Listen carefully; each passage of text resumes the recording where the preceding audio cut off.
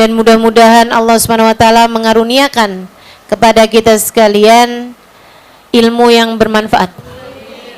Ilmu yang bawa kebaikan bagi kita dari dunia hingga akhirat. Ilmu yang membawa keberkahan dalam kehidupan kita, ilmu yang jadi cahaya menuntun kita menuju kepada kebahagiaan di dunia hingga di akhirat. Amin ya rabbal alamin.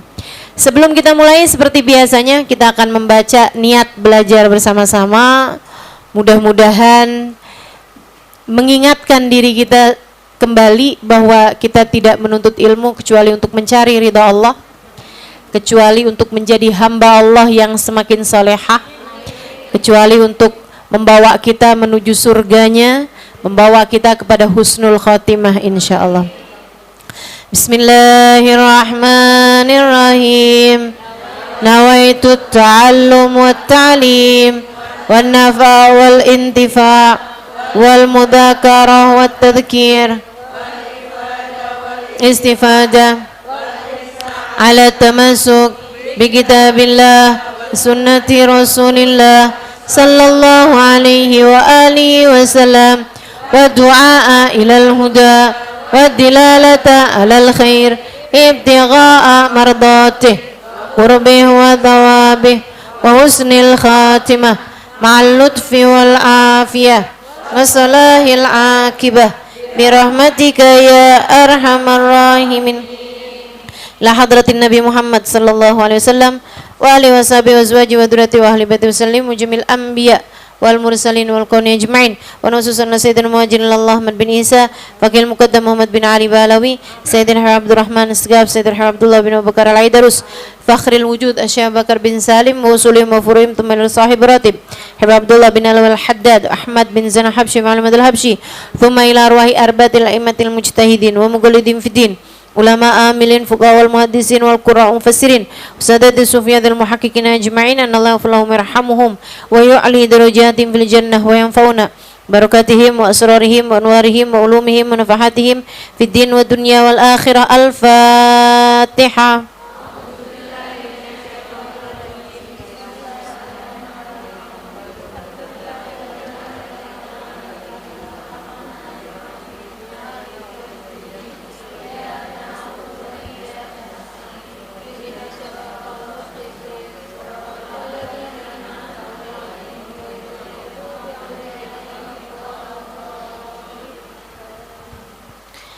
Bismillahirrahmanirrahim.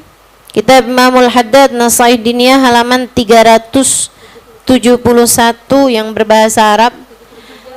Halaman 371 yang berbahasa Arab.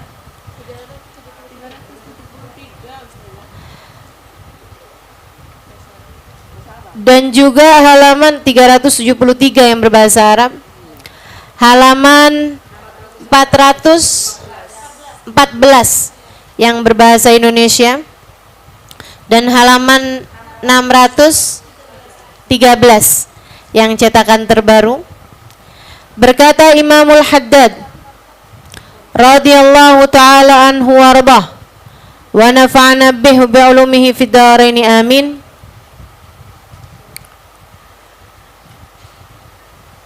Kemarin kita udah bahas ayat yang ini ya, Ali Imran. Thumma inna dunya ibaratun, saya baca di halaman 372 yang bawah, sambungannya nih ya. Thumma inna dunya ibaratun an kulli ma ala wajhil ard minal mushtahiyat wal ladzat. Kita ini lagi bahas mengenai zuhud dalam urusan dunia. Kamu jangan terlalu ambisi terhadap dunia, jangan rakus sama dunia.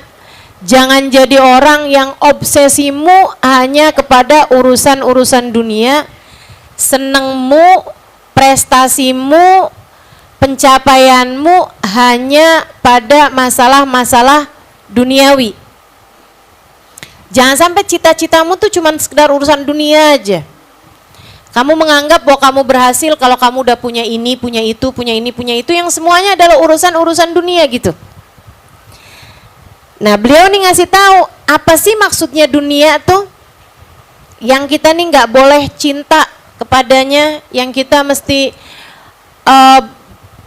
pinter-pinter, jaga diri, jangan sampai ada yang haram dari dunia masuk ke dalam harta kita. Itu apa yang dimaksudkan dengan dunia di sini? Beliau kasih tahu. Tsumma inna dunya ibaratun an kulli ma ala wajhil ard minal mushtahiyatul ladzat. Dunia itu adalah ibarat, adalah kata-kata untuk semua yang ada di atas muka bumi dari kesenangan dan hal-hal yang lezat, dari keenakan-keenakan dunia dan kesenangan-kesenangan dunia. Mustahiyat, kesenangan dunia, ladzat, hal-hal yang ladid-ladid, hal yang lezat-lezat, hal yang enak-enak dari dunia. Berarti apa aja tuh? Sandang, pangan, papan. Itu dah maksudnya. Gitu ya. Makanan, minuman, apapun yang masuk dalam tubuh kita, yang dikonsumsi sama tubuh kita gitu. Kemudian lagi pakaian dan semua aksesorisnya, ya kan? Sekarang nih kan orang aksesorisnya pakaian aja udah macem-macem, ya kan? Dari jam tangan, perhiasan, sendal, tas, apalagi kacamata gitu kan ya. Gitu kan. Termasuk juga papan, artinya tempat tinggal, kendaraan gitu.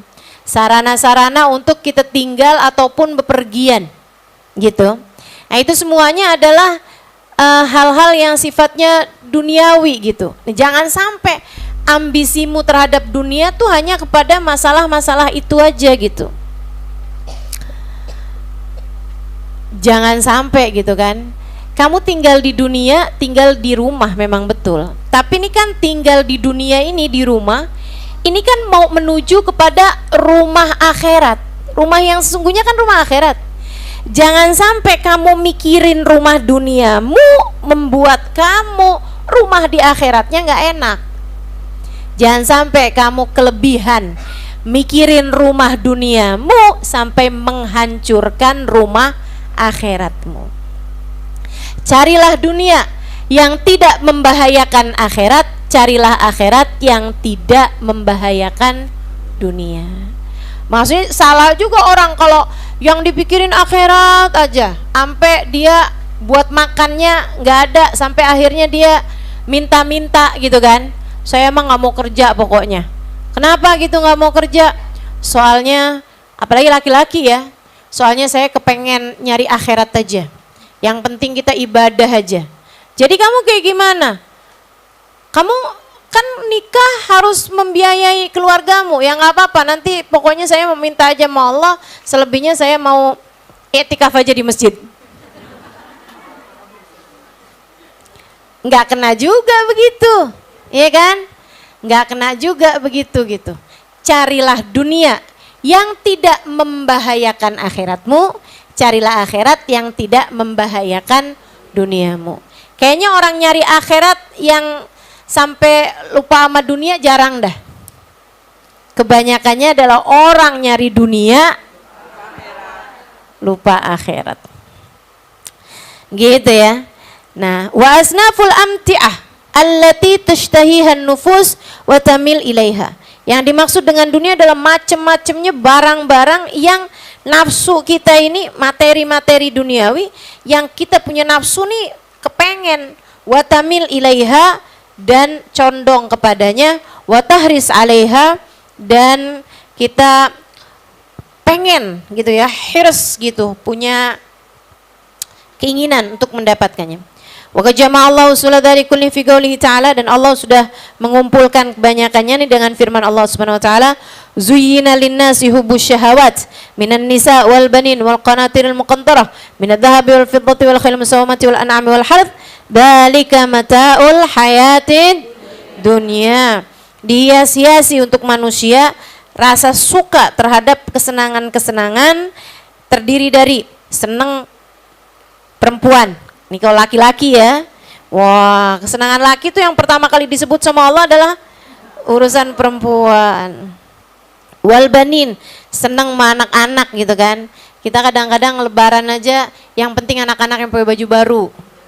Kitanya baju baru 3 tahun nggak apa-apa dah.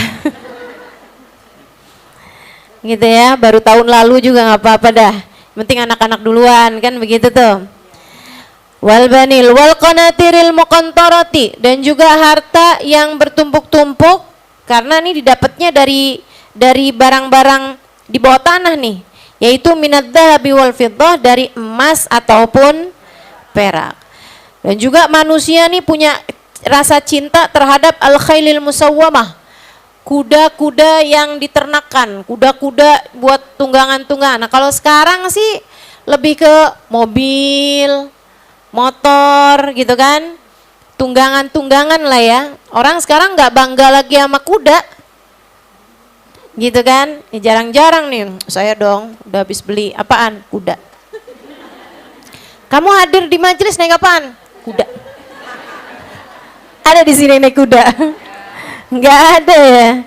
Iya, tapi maksudnya kuda di sini adalah kendaraan-kendaraan. Zaman itu tuh kendaraan itu udah, kuda itu adalah kendaraan yang paling mewah, kendaraan yang paling mahal itu kuda. Dan sampai sekarang teman-teman, kuda itu yang mahalnya tuh bisa lebih mahal daripada Mercy. Kuda-kuda yang dipakai untuk orang-orang bangsawan apa segala macam itu, nah itu jauh lebih mahal tuh daripada apapun gitu kan. Sekarang kan kayak raja-raja Inggris apa juga kalau mengadakan pesta-pesta nggak naik Mercy, nggak naik limosin gitu kan, naiknya apaan? Kuda teman-teman, masih naik kuda loh mereka. Tetap aja gitu, memang Allah jadikan kuda ini kendaraan paling mewah ya, dari zaman dulu sampai ke zaman sekarang. Wal an'am, juga binatang-binatang ternak, gitu kan, punya sapi, apalagi kayak kemarin tuh kurban tuh, pada bangga-banggaan sama gedenya sapi, sampai akhirnya para pedagang-pedagang sapi kadang suka pada bandel. Kesian deh, sapinya disuruh nenggak banyak-banyak air, kembung-kembung dah tuh sapinya. Insya Allah, insya Allah. Sapi obesitas bagus ya.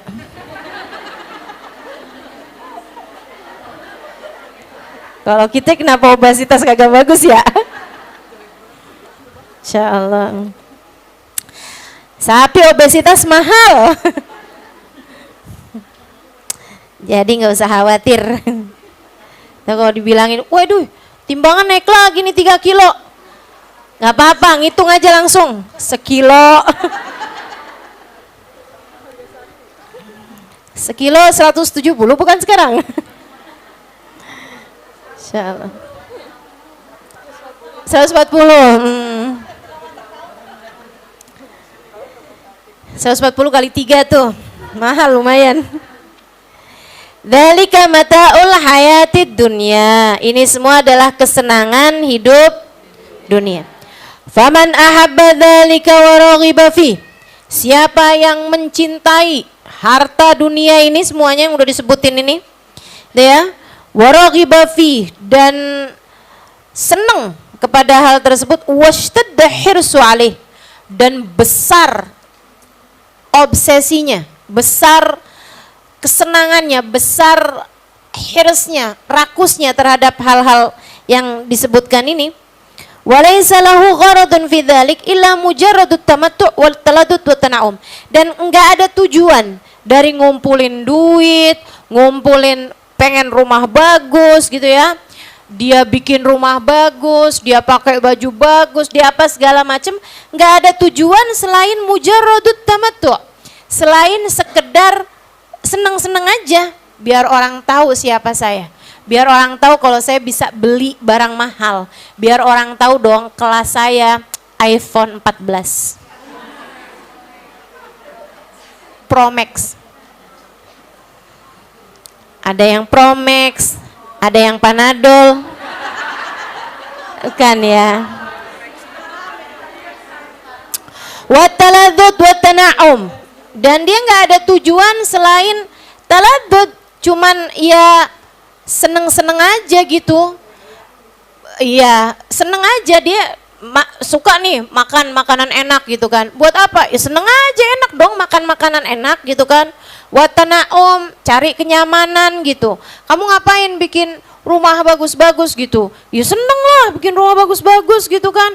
Tidurnya enak, ininya enak gitu. Cuman itu aja yang dipikirin. Sara bidzalik min jumlatil muhibbin lidunya waraghibina fiha, menjadikan dia termasuk di antara kelompok orang-orang yang mencintai dunia. Yang mencintai dunia, waraghibina ilaiha, dan orang yang rakus terhadap dunia. Saudara sekalian yang saya muliakan, emang ada tujuan lain? Banyak. Saudara sekalian, nih ya, saya banyak mendampingi guru-guru saya ketika mereka berdakwah. Saudara sekalian, baik di Indonesia ataupun di negara mana-mana, saya dampingin hubabah, misalnya gitu ya, di Malaysia, saya dampingin hubabah di Yaman sendiri gitu. Kemudian juga saya dampingin hubabah Maryam dulu gitu kan, di berbagai macam daerah gitu.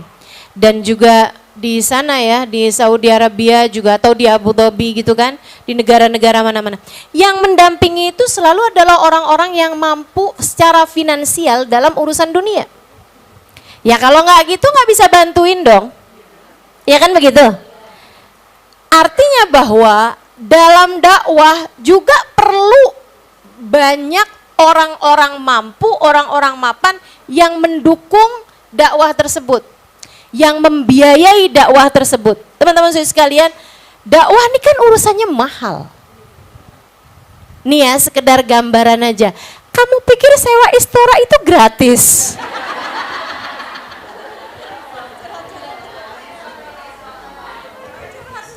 Asal langsung jadi mikir aja gitu. Oh emang gak gratis ya Ustazah? Ya enggak lah.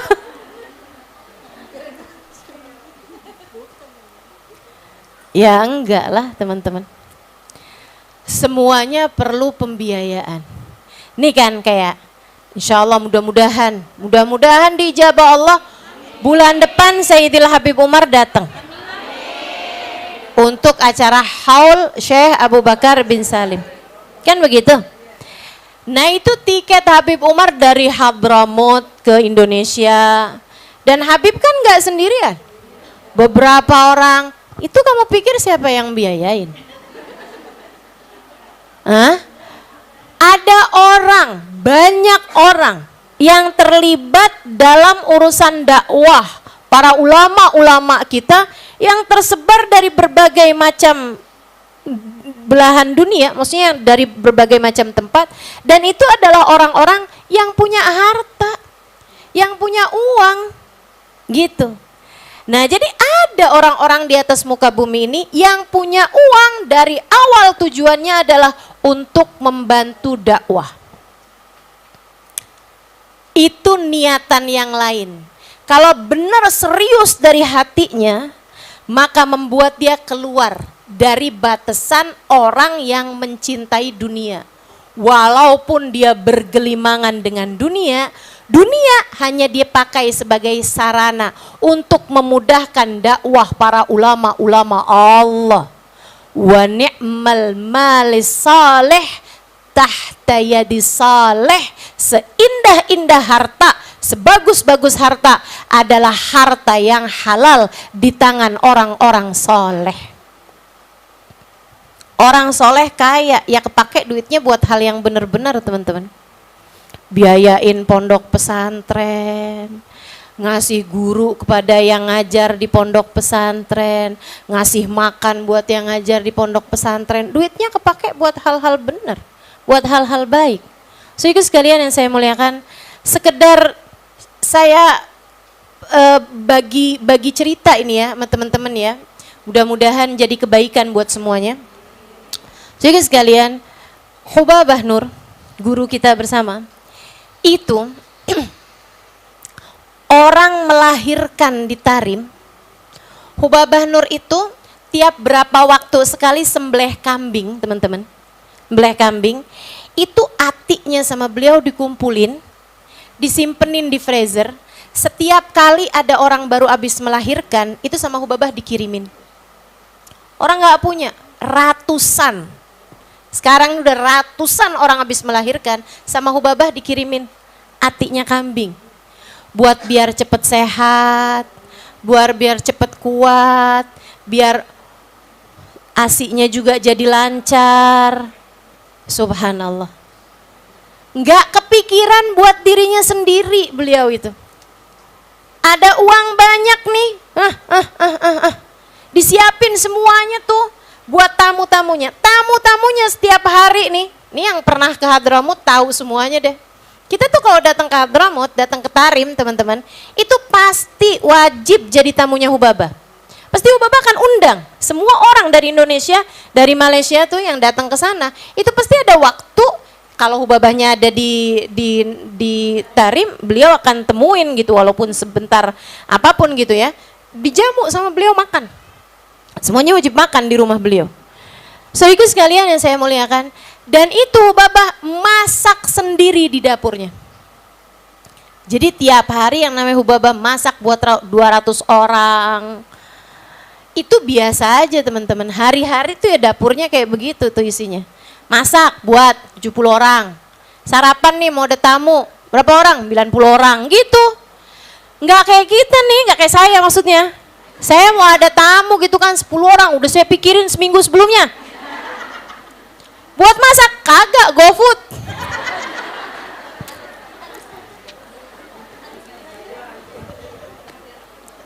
Maaf.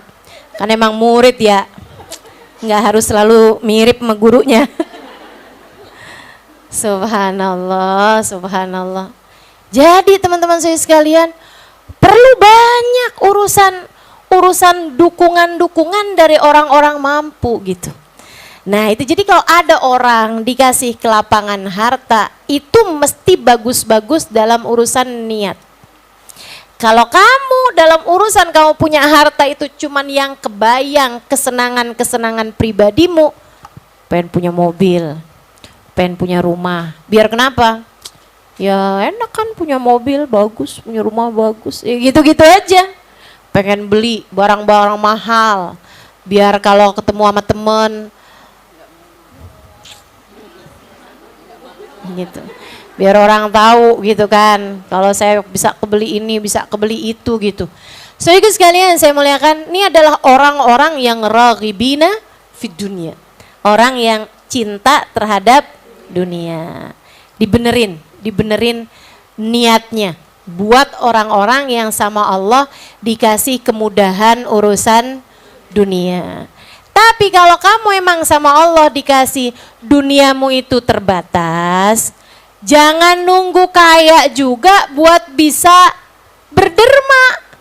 Jangan nunggu mampu buat bisa sedekah. Saudara sekalian yang saya muliakan, sesedikit apapun tuh bisa kok. Betul apa enggak?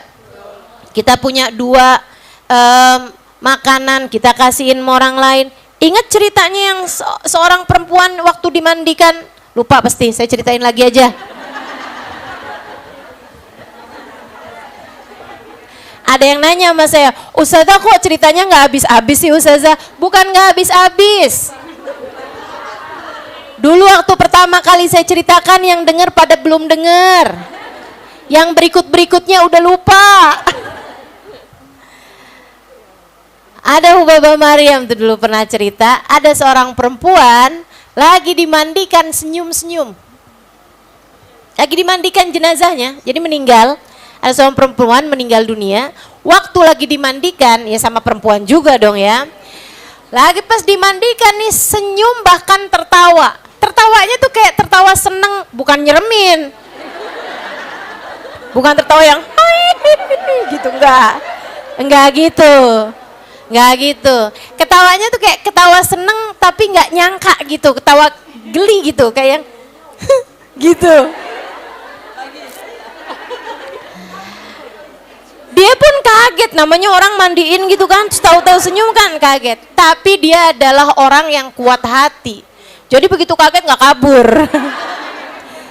Dia malah bilang begini, aqsamtu 'ala Allah illa an tukhbiruni lima dhahikt. Dia bilang, saya minta kepada Allah, kamu harus kasih tahu saya kenapa kamu ketawa. Oh, kalau kita mah takut ya. Diminta sama Allah, kamu harus kasih tahu saya kenapa kamu tertawa. Pengen dapat pelajarannya nih. Jadi perempuan soleha nih kan, yang mandiin jenazah ini. Malamnya beneran dimimpiin, mimpiin orang tadi itu. Dia bilang, kamu tadi saya mandiin, kamu ketawa kenapa? Dalam mimpinya dia nanya. Dia bilang, iya, ternyata waktu saya dimandikan itu diajukan kepada saya amal perbuatan saya waktu hidup di dunia. Jadi kita nih mau tahu kita nih perempuan soleha apa enggak, amal perbuatan kita diterima apa enggak, atau malah dosa-dosa kita yang membuat Allah murka. Itu udah ketahuan dari sejak kamu meninggal dunia, teman-teman. Awal meninggal tuh masih dalam tempat kita dimandikan tuh, atau bahkan dari sebelum itu udah diajukan, teman-teman, udah dikasih tahu kamu nih sebenarnya orang kayak gimana. Makanya saya pernah bilang bahwa kita nih hidup nih kayak kaset zaman dulu, ngalamin nggak? Itu teman-teman dari luar suka nggak kelihatan, nih dangdut, apa jazz, apa ceramah, gitu kan? Nggak kelihatan nih kaset nih isinya apa. Baru ketahuan kalau dimasukin ke kotaknya, ke tip itu loh, ya kan ya? Dimasukin ke tipnya, nyalain, jeder, baru ketahuan tuh. Sama kita juga. Kita nih nggak ketahuan nih nilai kita nih sampai dipencet tombol kematian buat kita, langsung ketahuan semuanya siapa kita. Apalagi kalau udah kita masuk kotak kita, namanya kotak kubur kita. Langsung ketahuan nilainya masing-masing. Saudara sekalian saya muliakan.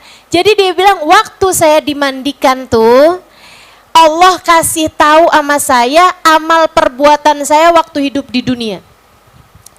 Alhamdulillah, Allah rahmati saya, Allah sayangi saya, Allah ridhoi saya. Diterimalah amal kebaikan-kebaikan saya yang nomor satunya menjadi penyebab Allah merahmati dan menyayangi saya adalah sedekah saya kepada seekor anak keledai. Gara-garanya, jadi gini, dia tiap pagi, dia punya sarapan selalu diparuh dua sama dia. Nasi dibagi dua, dia tinggal sendirian sebatang kara. Dia nggak punya anak, dia nggak punya suami gitu kan. Dia hidup sebatang kara. Wallahu a'lam apa dia udah pernah nikah dulunya, habis itu cerai atau gimana. Yang pasti dia hidupnya sebatang kara. Nah itu dia tiap pagi tuh masak sarapan, sama dia diparuh dua gitu. Sepiring buat dia, sepiring lagi, satu lagi gitu kan. Habis itu tempenya dia masak dua, satu buat dia, satu buat satunya. Dia bikin bihun, satu taruh sini, satu taruh sini. Pokoknya semua sarapan dia tuh diparuh dua tiap pagi. Nah yang sepiring itu dia akan sedekahkan kepada orang miskin pertama yang lewat depan rumahnya. Bisa tukang sayur, bisa tukang sampah, gitu kan. Bisa siapa aja gitu. Nanti kalau udah orang lewat gitu kan, tukang ojek atau apa aja gitu. Udah sarapan belum Pak? Makan deh Pak. Gitu kan. Terus, nih sarapan nih, sarapan dulu deh. Gitu kan. Selalu aja begitu. Hari itu dia bilang, saya nggak ketemu orang. Saya bingung aja nih sarapan. Saya masuk lagi ke dalam, keluar lagi nggak ada orang lewat. Maksudnya nggak ada orang yang kelihatannya nggak mampu lewat depan rumah saya. Dia bilang habis lama saya tungguin, saya lihat seekor anak keledai sedang mencari-cari makanan di tempat sampah. Saya pikir, udahlah nggak ketemu orang, keledai bolehlah. Ya Allah, sedekah loh ini tetap ya Allah, gitu. Walaupun binatang, dia kan juga hambamu ya Allah, terimalah ini ya Allah. Gitu, dia sedekah. Dia bilang, dai sini dai. Nah, keledai kan, keledai. Dia bilang makan dulu nih daripada kau makan dari sampah nih, yang ini aja bersih nih. Keledai itu pun makan dengan lahap, habis tuh sepiring. Udah, habis itu dia bilang, saya pun lupa itu kejadian itu udah kejadian udah lama berapa tahun yang lalu. Dia bilang ketika Allah mengajukan daftar ibadah saya, jadi orang tuh gini nih Bu nih. Dek, nak dengerin saya. Kita nih hidup nih, kayak sama Allah dikasih dua pintu. Dua ruangan dengan dua pintu. Namanya ada pintu amal soleh, ada pintu dosa. Ada pintu pahala, ada pintu dosa. Setiap kali kita ngerjain kebaikan tuh kayak nabung di pintu kebaikan, pintu pahala. Tiap kali kita ngerjain dosa tuh kayak lagi naruh di pintu yang dosa tadi itu. Tapi dari dua pintu itu Allah hanya akan berikan kepada kamu salah satu dari dua kuncinya. Yang diterima sama Allah cuman salah satunya. Imma khairan, ada yang diterima kebaikannya. Dengan dia diterima kebaikannya tersebut, kayak Allah lagi ngasih, nih kuncinya, silahkan saya terima nih yang kebaikan, gitu kan? Itu nanti yang dosa-dosa menjadi terhapuskan dengan kebaikan-kebaikan yang kamu lakukan. Kata Allah, innal hasanat yudhibna sayyiat. Sesungguhnya dosa-dosa, sesungguhnya kebaikan-kebaikan akan menghapuskan dosa-dosa. Ditolak dosa-dosanya, diterima pahala-pahalanya. Ada juga yang sebaliknya. Yang ditolak justru kebaikannya, yang diterima justru pahalanya. Justru dosanya. Jadi sama Allah diterima dosanya, ditolak semua kebaikannya, sama Allah dikasih, nih pintu dosa-dosa kamu. Terus yang pahala yang saya udah kerjain, udah aku tolak semuanya, kata Allah. Kebanyakannya memang karena dia melakukannya, bukan karena Allah.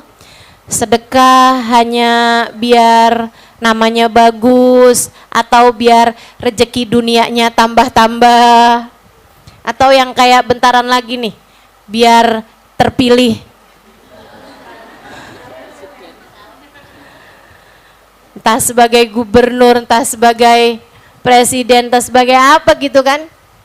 Tuh teman-teman saya sekalian, banyak tuh yang kayak begitu. Jadi nggak ada nilai pahalanya gitu. Yang diterima adalah dosa-dosanya, naudzubillah min dzalik. Nah itu kalau udah kayak begitu tuh, yaudah.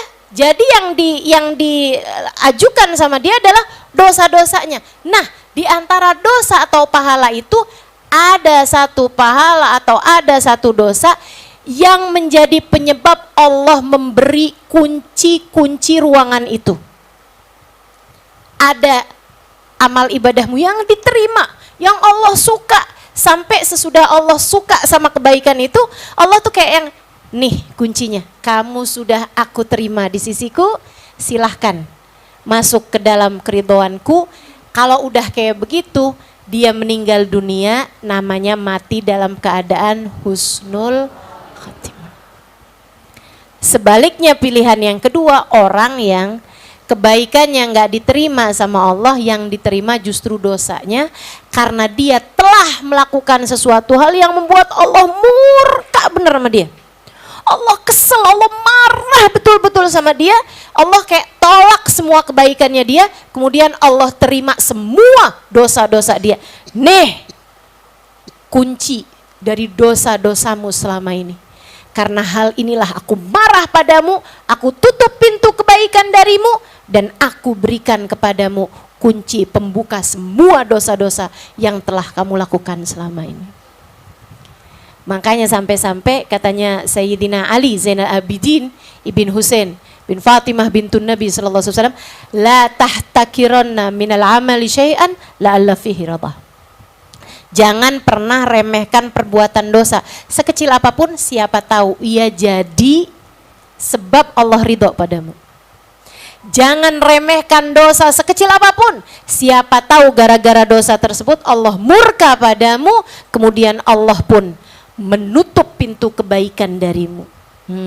Ngeri nih. Dia bilang, jadi begitu saya meninggal dunia, saat kamu mandikan saya, diajukan kepada saya amal perbuatan saya di sisi Allah. Pahala-pahala saya tuh semuanya dikasih tuh, catatan-catatannya tuh sepanjang hidup. Dia bilang, yang nomor satunya yang menjadi penyebab Allah menerima saya adalah sedekah saya kepada anak keledai hari itu. Saya kan jadi nggak nyangka banget gitu ya, ternyata yang itu. Dia pun ketawa gitu, nggak nyangka ternyata amal itu yang diterima sama Allah. Nah kita nggak pernah tahu teman-teman, tidak pernah tahu. Mungkin senyuman kepada seseorang yang sedang galau, mungkin sedekah kepada yang sedang sangat memerlukan. Kita nggak tahu, nggak tahu. Mungkin kalimat-kalimat indah yang kamu sampaikan kepada suamimu. Mungkin belayan hangat kepada anak-anakmu yang sedang hatinya patah karena dibully sama teman-temannya. Kamu nggak pernah tahu. Jangan remehkan kebaikan sekecil apapun itu. Siapa tahu di sana terdapat keridhaan Allah Subhanahu wa Ta'ala. Gitu. Jangan nunggu kaya buat sedekah. Jangan nunggu kalau saya kaya tar saya. Jangan. Semampunya. Semampunya. Setiap kali ada ladang-ladang kebaikan, bismillah. Bismillah. Gitu teman-teman saya sekalian. Bismillah. Nggak bisa kurban sapi, kurban kambing. Nggak bisa kurban kambing. Kalau udah saya kasih tahu, belajar kurban ayam, kan begitu kan? Tapi Allah tuh melihat niatmu teman-teman. Allah melihat hatimu teman-teman. Allah melihat hatimu, tenang aja. Enak urusan sama Allah tuh enak, gitu kan? Yang penting nih hati nih emang perlu banget dijagain. Jangan sampai gini ya, ada orang-orang yang ngerjain akhirat tujuannya dunia, ada orang-orang yang ngerjain dunia tujuannya akhirat. Nah itu kamu jangan mau jadi orang yang rugi, gitu kan? Ini kayak hadir di majelis nih, pekerjaan akhirat, pekerjaan dunia, pekerjaan akhirat. Tapi kalau ada di antara kita yang hadir majelis cuman biar tetangga tahu saya tuh solehah, atau biar saya punya peluru-peluru buat jawabin suami, jadi saya jadinya berilmu nih kan, saya bisa nyampein sama suami gitu. Makanya saya nggak heran ada suami-suami yang nggak demen istrinya pergi pengajian. Ada nih, ada, saya pernah tahu. Ada suami nggak seneng istrinya pergi pengajian. Itu dua kemungkinan. Satu, istrinya menelantarkan urusan rumah, gitu kan ya? Rumah berantakan, gitu kan? Wow, cucian kotor di mana-mana, gitu. Cucian piring di mana-mana. Tinggal suaminya tuh yang nyuci ini terus. Sian bener dia. Yang kayak gitu, ada yang kayak gitu, anak-anak sampai makan rumah tetangga. Enggak sampai gitu ya. Itu teman-teman saya sekalian, ada yang kayak gitu kalau suami nggak demen istrinya ngaji, atau kemungkinan keduanya karena istri-istri mendadak jadi ustazah. Banyak juga nih yang modelan kayak begini nih. Ya ampun, kau udah pulang pengajian mendadak solehah. Subhanallah, subhanallah, subhanallah.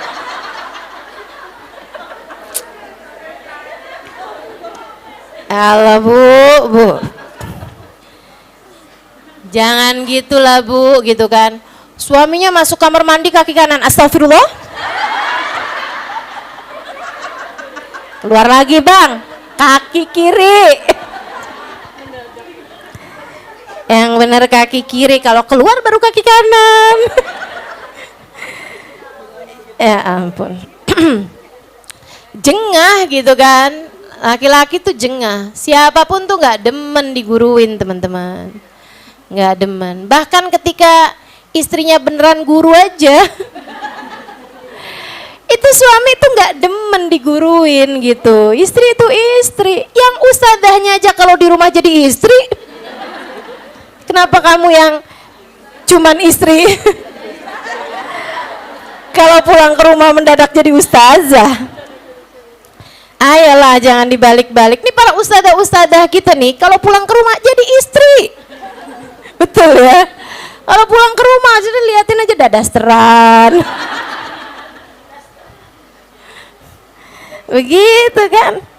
Hanyalah seorang istri gitu. Jadi ayolah bismillah gitu ya. Nah teman-teman sekalian saya muliakan, kita nggak pernah tahu amal ibadah kita tuh yang mana, yang akan diterima oleh Allah Subhanahu wa taala, maka kita kerjakan aja sebisa yang kita bisa. Semampu yang kita mampu buat kita kerjain, kita kerjain. Sehingga sekalian, nah kalau kita dikasih kemampuan secara duniawi, niatkanlah itu untuk kemajuan Islam. Niatkanlah itu untuk kebaikan-kebaikan Islam. Niatkanlah itu untuk ikut serta dalam dakwahnya baginda Nabi besar Muhammad. Niatkanlah itu untuk memberi makan kepada fuqara wal masakin. Niatkan itu untuk memudahkan urusan orang-orang yang punya urusan. Gitu. Nah itu kalau dengan niatan yang seperti itu, maka kamu tidak termasuk di antara orang-orang yang raghibina fid dunya, orang-orang yang rakus ambisi terhadap dunia, bukan pecinta-pecinta dunia, gitu. Fa in afrata bihi dzalik wa raghiba alaih hatta lam yubali min aina akhadha ad-dunya min halal am min haram wa hatta ishtaghala bi sababi hirsi ala ad-dunya wa sa'ihi laha amma faradallahu ta'ala min ta'atihi wa waqa'a bi sababihi fima harramallahu alaihi min ma'siyatihi faqad tahaqqaqa fi haqqihi al-wa'id al-warid fil muhibbina lid-dunya wal muridina laha war raghibina fiha min ghairi syak. Kalau ada orang-orang yang bukan hanya seneng sama dunia, gitu ya, bukan hanya kepengen sama dunia untuk dia menikmati dunianya, akan tetapi udah lebih lagi daripada itu, dia tuh afroto bihi dalik, dia sampai lebih lagi gitu, berlebihan mencari dunianya sampai ghalib alaih, dia terkalahkan dengan dunianya. Sampai dia nggak peduli mau haram ke mau halal ke, dia nggak peduli lagi, udah suap iya juga gitu kan, korupsi iya juga, nipu sana sini iya juga, bohong iya juga, pokoknya demi untuk mendapatkan dunianya dia nggak peduli dari halal ataupun dari haram masuk rezekinya. Nah, kalau kayak begitu nih, atau sampai membuat dia ninggalin perintah-perintah Allah Subhanahu wa taala. Sholat berantakan. Kamu nggak sholat duhur? Ya habis sibuk banget ya saya ya. Ini toko kayaknya rame banget deh, saya nggak keburu sholat duhur. Sholat subuh kesiangan. Sholat duhur kesibukan, ya kan? Sholat asar di jalanan. Sholat maghrib kemalaman. Sholat isya ketiduran. Habis dah sholatnya, nggak ada yang dia kerjain. Ini kalau udah kayak begitu modelnya, sampai udah yang haram-haram dia kerjain, yang wajib-wajib dia tinggalin. Nah, kalau udah kayak begitu, berarti dia berhak atas ancaman yang Allah Subhanahu wa taala berikan kepadanya tentang orang-orang yang mencintai dunia dan orang-orang yang tenggelam dalam urusan dunianya. Wasara amru fi nihayatil khatar. Orang yang kayak begini nih, urusannya nih berada dalam urusan yang sangat bahaya. Akhir kehidupannya sangat mungkin, naudzubillah min dzalik, untuk berada dalam su'ul khatimah illa an yatadarakallahu bitaubatin qabla mamatih, kecuali orang-orang yang diselamatkan Allah sebelum kematiannya. Wa qabla khuruji min hadaddar, sebelum keluar rohnya dari rumah dunia ini. Gitu. Itu teman-teman, jarang ada yang selamat. Udah kalau udah orang tuh tukang korupsi gitu ya, suka nipu gitu kan. Udah orang-orang yang dunianya itu dia cari dengan abis-abisan sampai menghalalkan segala cara gitu. Atau kalau perempuan-perempuan, nauzubillah, mudah-mudahan kita dan seluruh keluarga kita diselamatkan Allah Subhanahu wa taala. Sampai mau-maunya jual diri gitu kan, untuk bisa mendapatkan harta-harta yang banyak gitu. 2 jam 60 juta, 6 jam berapa puluh juta gitu. Sorry guys sekalian yang saya muliakan, tuh yang kayak begini-beginian nih, udah nggak peduli lagi duit dari halal dari haram. Man lam yubali min ayyi babin dakhala ilaihi rizq lam yubalillah min ayyi wadin min audiyati jahannama adkhalah. Siapa yang tidak peduli dari pintu mana rezeki masuk untuknya, Allah pun juga tidak peduli di lembah neraka jahanam yang mana dia akan ditenggelamkan Allah Ta'ala. Serem benar. Benar. Harta haram tuh ngerusak kita banget teman-teman. Harta haram ngerusak kita banget. Minimal orang ya. Kalau ada barang haram masuk dalam perut nih minimal. Begitu ada harta haram masuk dalam perut jadi makanan minimal. Selama makanan tersebut ada dalam perut kita, doa kita tidak akan didengar Allah. Minimal tuh. Minimalnya lagi, dari mulai masuk makanan haram ke dalam perut kita, 40 hari sholat tidak diterima Allah.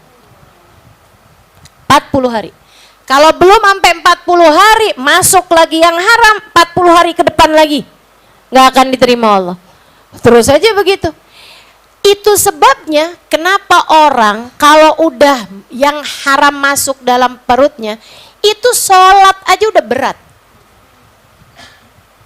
Sholat aja berat. Jadi sekalian, kalau kamu ngerasa nih di rumah ya, kenapa ya? Suami nih dibangunin sholat susah.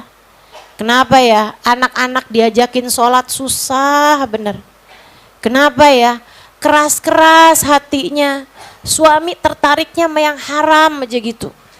Naksir sama perempuan, habis itu kelar lagi sama yang lain lagi, kelar lagi sama yang lain lagi gitu. Sehingga sekalian, periksa rezeki kamu tuh gimana dapetnya. Periksa rezeki kalian tuh dari mana dapetnya. Jangan tertarik sama yang haram hanya akan membawamu kepada kehancuran.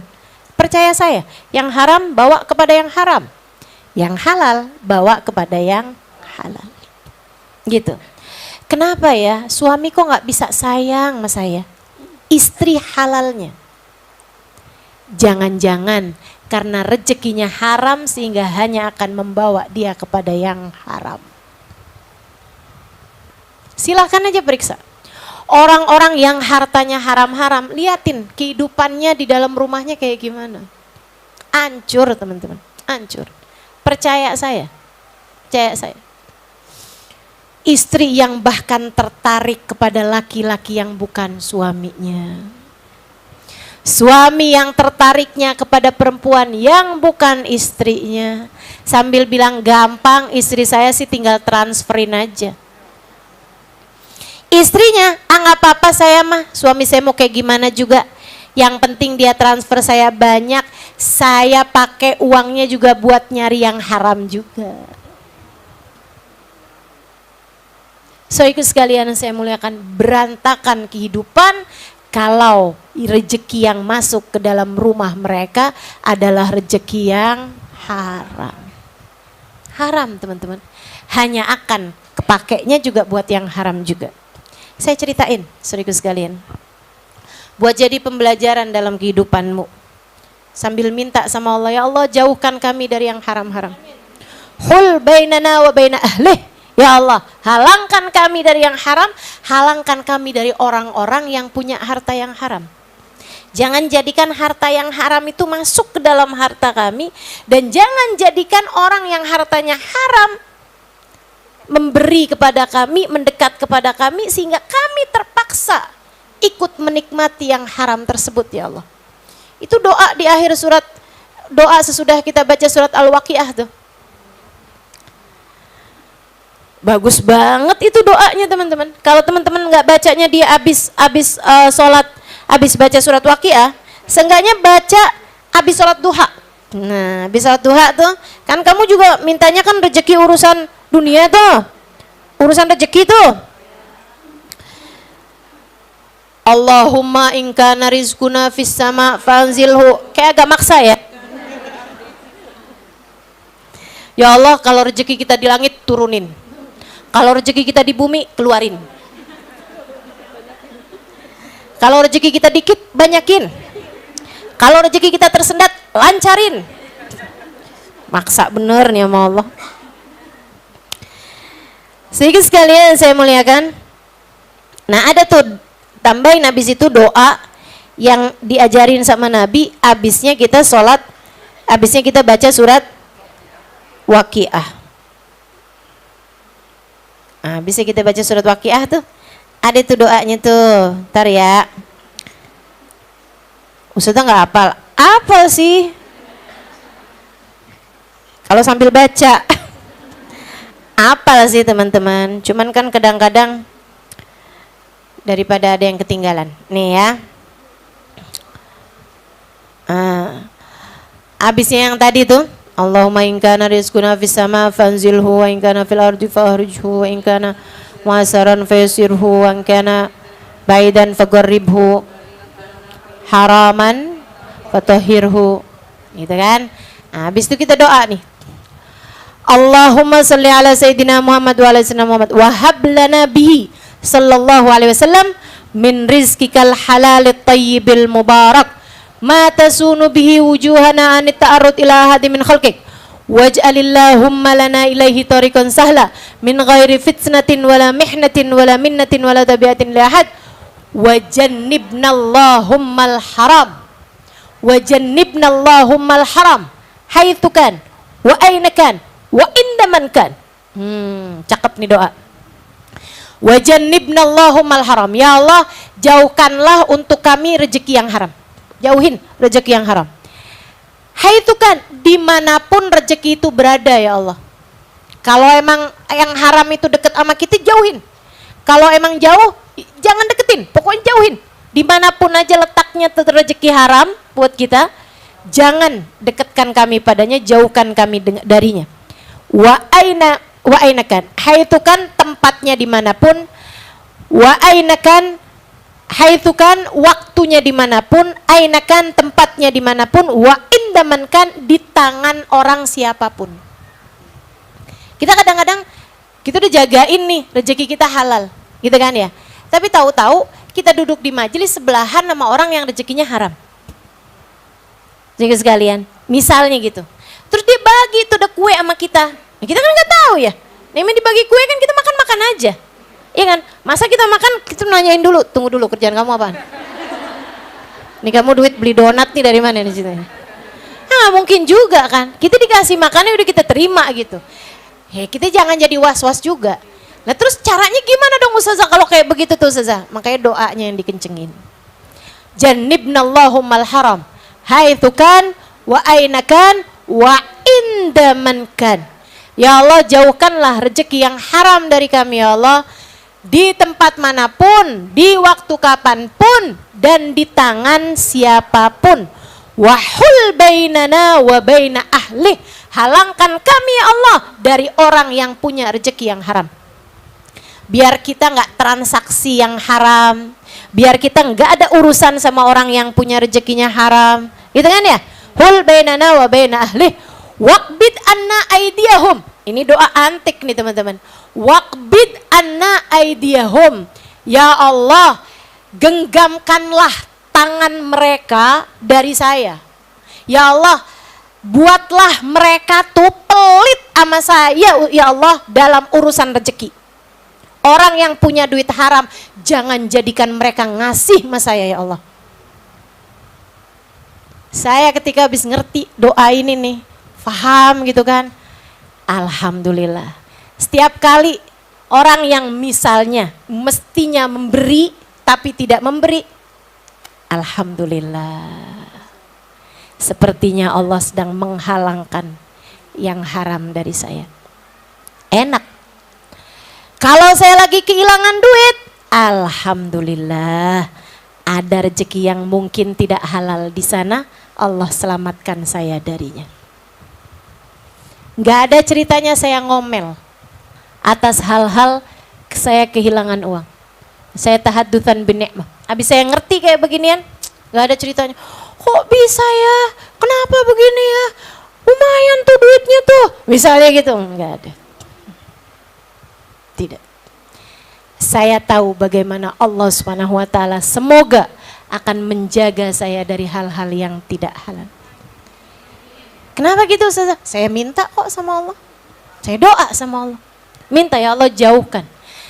Buat mereka menggenggam harta haramnya dari saya ya Allah. Jangan izinkan mereka memberikannya kepada saya. Gitu. Jadi kamu jangan ngomel-ngomel kalau orang dibagi duit kamu enggak. Bisa jadi cara Allah menghindarkanmu dari yang haram. Gitu. Enak nggak tuh mikirnya? Enak. Betul nggak? Gitu teman-teman saya sekalian. Wasrif anna wujuhahum wa qulubahum. Ya Allah, palingkan dari saya wajah mereka, jangan jadikan saya ketemu sama orang-orang begitu ya Allah. Wa qulubahum, palingkan hati mereka dari saya, jangan biarkan mereka mencintai saya.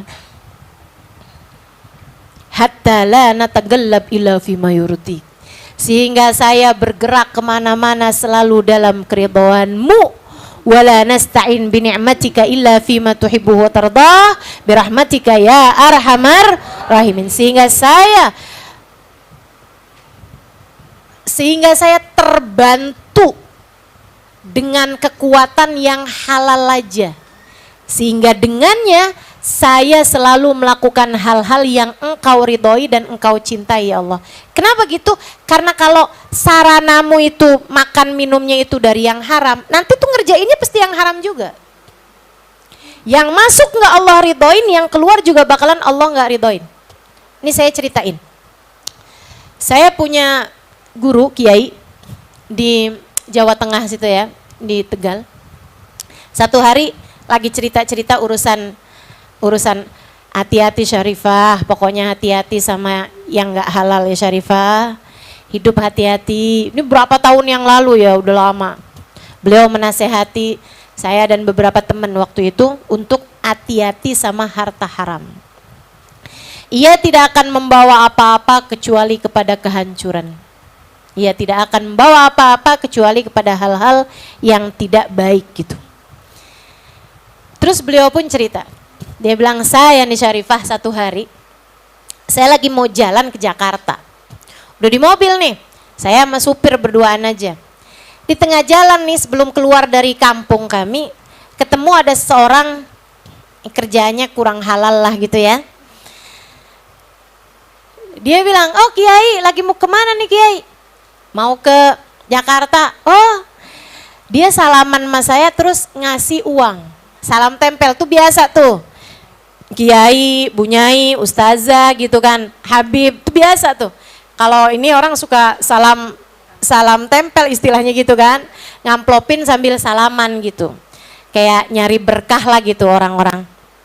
Jadi sekalian, jadi salamin tempel nih.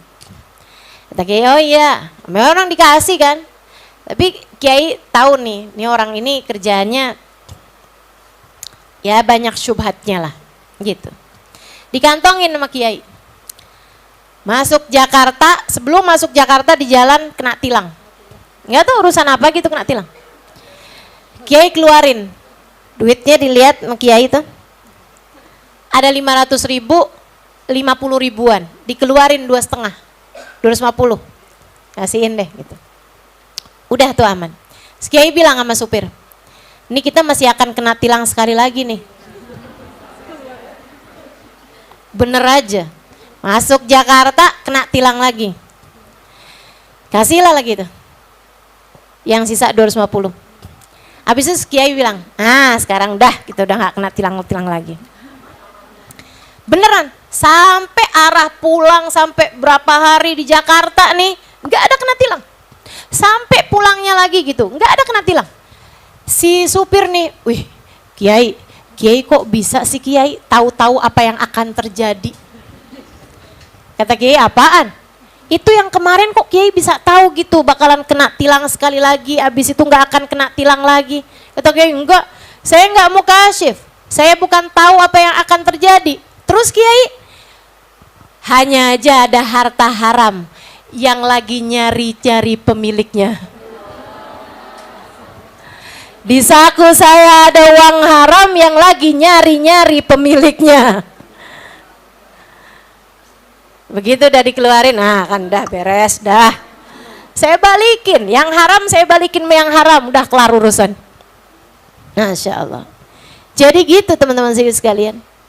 Itu ya. Makanya saya kalau ditilang tuh saya nggak mau ngasih uang saya. Suami saya suka bilang gitu kan, lagi di jalan nih, tahu-tahu ditilang gitu. Dek, kita kasih uang damai, hukumnya apa dek? Haram. Salah sendiri nyanyi sama ustazah.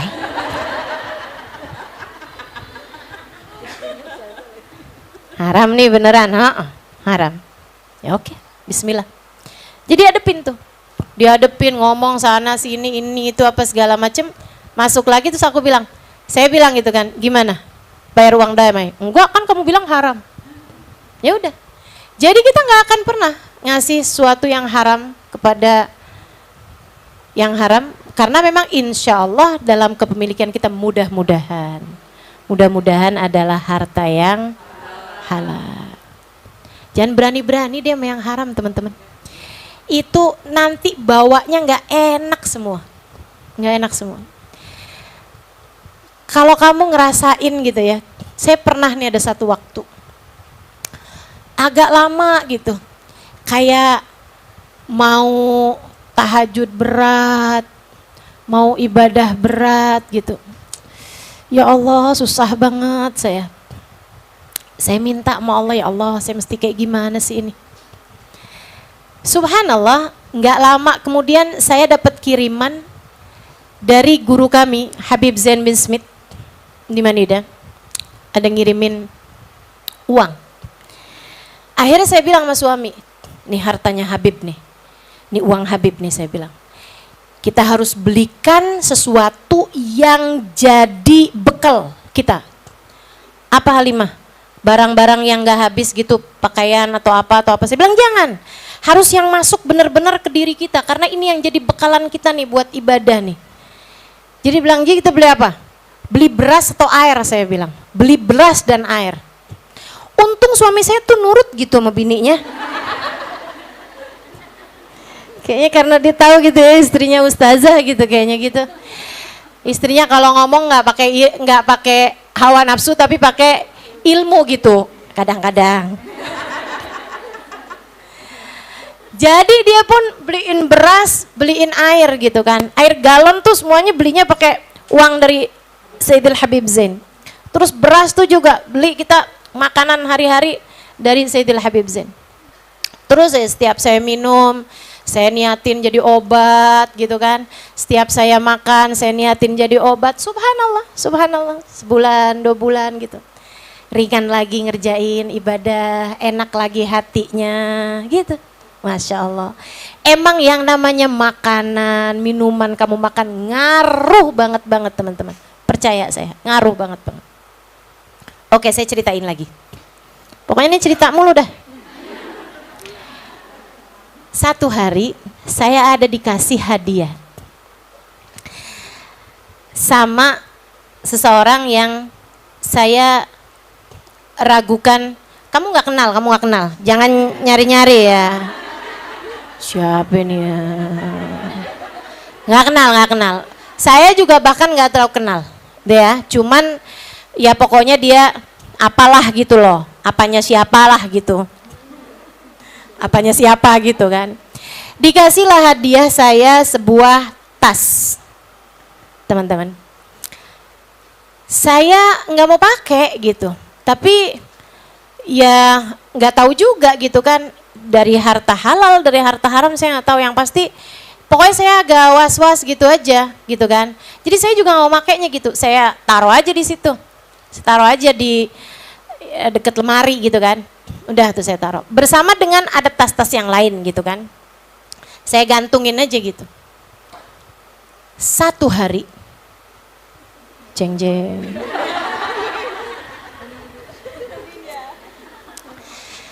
satu hari kamar saya ternyata kemasukan tikus. Tahukah kamu, dari semua barang yang dia makan cuman tas satu itu aja. Bener-bener bikin saya nggak bisa pakainya. Udah nggak bisa dipakai pokoknya. Udah hancur gitu. Banyak banget yang digrigitin sama dia. Dan yang lain-lain nggak dia sentuh. tuh teman-teman. Bisa-bisanya gitu. Allah tuh emang segitunya ya. Yang haram buat yang haram juga, tikus.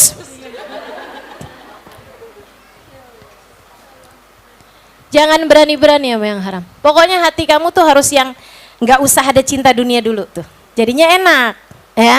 Jadinya enak. Doanya lega gitu kan. Jangan kemudian yang pokoknya ya Allah kalau ada yang haram halalin. Maksa gitu. Ya Allah pokoknya ya Allah kalau ada rezeki-rezeki yang haram-haram gitu kan, ada haram-haramnya gitu, ilangin ya Allah yang haram-haramnya biar pas saya pakai halal. Enggak gitu. Enggak gitu. Jadi kamu mesti yang hilang dulu nih. Jadi enggak terlalu beda antara pakai mahal, pakai murah, antara pakai bagus, pakai kurang bagus gitu kan. Itu kan cuma masalah selera tuh. Halo? Betul enggak? Teman-teman pasti nggak tahu gitu kan. Kerudungan saya itu dari mulai yang 20.000 sampai yang juta. Dikasih orang. Kasih orang semua dan saya nggak peduli. Yang murah saya pakai, yang mahal juga saya pakai. Dan kamu nggak tahu kan? Kapan saya pakai mahal, kapan saya pakai murah? Karena habis saya pakai semuanya kelihatan mahal.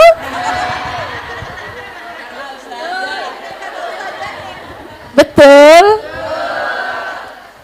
Sehingga sekalian yang saya muliakan. Jadi tuh dalam hati kamu tuh yang penting kamu keluarin dulu tuh. Kamu keluarin dulu. Ya Allah jaga saya ya Allah. Jagain ya Allah, jagain ya Allah. Gitu. Jadinya enak. Gitu kan. Kita doa Allahumma jannibnal haram. Min haithukan. Wa ainakan. Wa indamankan. Wahul bainana wa baina ahli waqbid anna aydiyahum wasrif anna wujuhahum wa qulubahum hatta la natagallab illa fima yurdik wa la nasta'in bi ni'matika illa fima tuhibbu wa tarda bi rahmatika ya arhamar rahimin. Jauhkan kami ya Allah dari rezeki yang haram, apapun bentuknya, dimanapun ada tempatnya, dan hindarkan kami dari orang-orang yang memiliki harta yang haram. Insya Allah. Gitu ya teman-teman ya. Penting pokoknya hatinya dijagain dulu. Nah Allah, katanya Allah nih, orang kalau udah dia nggak peduli rezeki yang haram. Apalagi nih omongan orang zaman sekarang nih, Allah jangan didengerin. Ngomongnya kayak begini nih. Jangan didengerin tapi dikasih tahu. Ngomongnya kayak gini nih, zaman sekarang nih ya, jangankan nyari rezeki yang halal, yang haram aja susah. Ini omongan orang nggak kenal Allah nih. Orang kalau kenal sama Allah, teman-teman saya sekalian, orang kalau kenal sama Allah, berani menolak yang haram, sehingga Allah gantikan dengan yang halal. Biidnillahi ta'ala insyaallah. Allah kalau lihat hatimu nggak tertarik sama yang haram, Allah pasti akan gantikan dengan yang halal. Insya Allah. Karena urusannya tuh itu minimal loh itu tadi. Minimal orang kalau ngerjain yang haram kasih 2 hal itu tadi. Ya, dikasih 2 hal itu tadi. 40 hari sholatnya nggak diterima, doanya selama makanan itu ada dalam perutnya, doanya tidak akan didengar oleh Allah Subhanahu. Yang nyeremin kalau sampai jadi darah daging. Kullu lahmin nabata min suhtin fannaru aula bih. Semua darah daging yang terbentuk dari sesuatu yang haram, maka neraka menjadi tempat kembali paling layak baginya. Naudzubillah min dzalik, naudzubillah min dzalik. Pokoknya nih ya, urusan harta halal haram, teman-teman, ingat aja cerita Nabi Isa. Nabi Isa sama gundukan harta tuh loh. Ingat nggak? Yang di sebelah sana ingat nggak? Ingat? Aduh, enggak usah. Kalau gitu yang ingat silakan ceritakan kepada yang enggak ikut.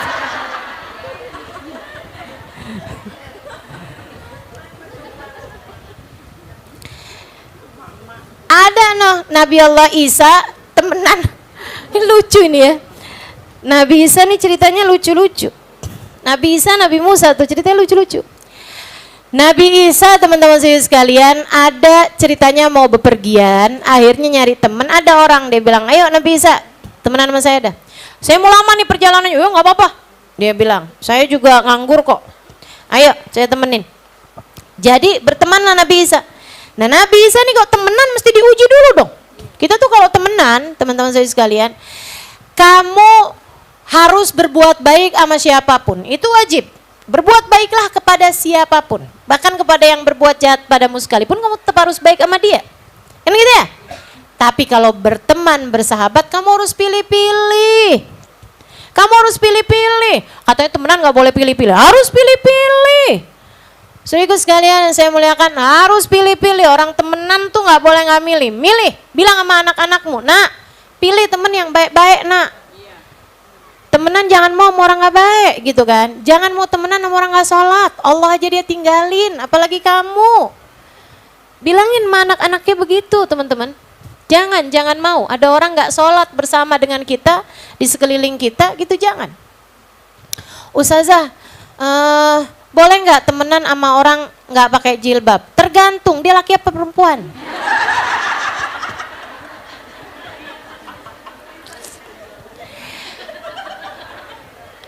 Iya, jangan mau berteman sama orang yang jauh dari Allah Subhanahu wa taala, teman-teman sekalian. Nah, Nabi Isa nih ceritanya. Akhirnya bertemanlah Nabi Isa sama dia nih mau nguji gitu kan. Nabi Isa titipin sama dia roti. Waktu Nabi Isa awal jalan, Nabi Isa, waduh saya kepengen ini nih. Kepengen apa namanya?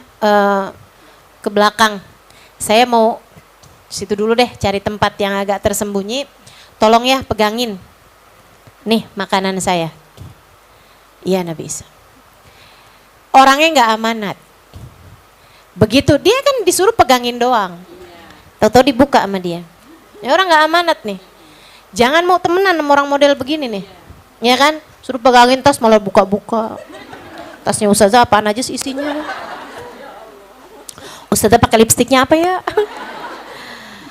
Orang gak amanat nih jangan ditemenin teman-teman.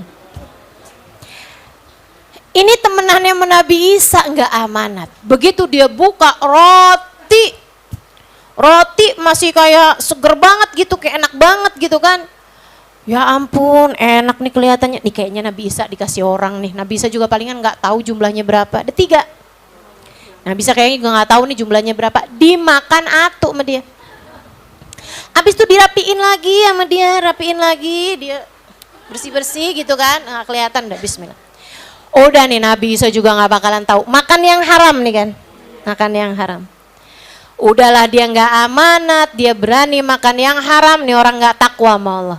Nabi Isa tentu nggak mau temenan sama dia, jalan sama dia, mendingan daripada berteman sama orang nggak soleh, mendingan sendirian, mendingan nggak punya temen nggak apa-apa. Akhirnya agak siangan Nabi Isa bilang, wah lapar nih saya. Yuk. Diambil sama Nabi Isa tuh titipannya. Duduk Nabi Isa kemudian buka. Kok cuma 2? 3 loh tadi. Nabi Isa nanya tuh sama dia. Seingat saya rotinya 3 deh. Dia mikir, seingat saya. Berarti Nabi Isa sendiri gak yakin. Nggak tahu-tahu Nabi Isa. Saya kan cuma disuruh pegangin doang. Ya saya pegangin aja lah. Masa orang kayak saya berani buka-buka? Kamu ini kan seorang nabi, wahai Nabi Isa. Mana ada orang berani kepadamu? Astagfirullah, astagfirullah. Memang suka kau udah denger orang ya ngomongnya yang pakai bahasa-bahasa yang kayak gitu-gitu tuh kadang saya sampai wallahi billahi tallahi, lu sumpah aja pakai 3 huruf kosam no. Wah malah tambah nggak respect saya gitu. Orang kalau perlu-perlunya untuk menyatakan kebenaran sampai bersumpah, saya malah justru jadi curiga. Kenapa kamu sampai perlu bersumpah untuk bisa dipercaya?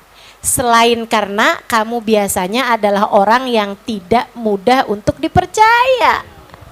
Kan begitu. Teman-teman pernah nggak dengar saya sumpah? Demi Allah loh saya nggak bohong. Pernah gitu?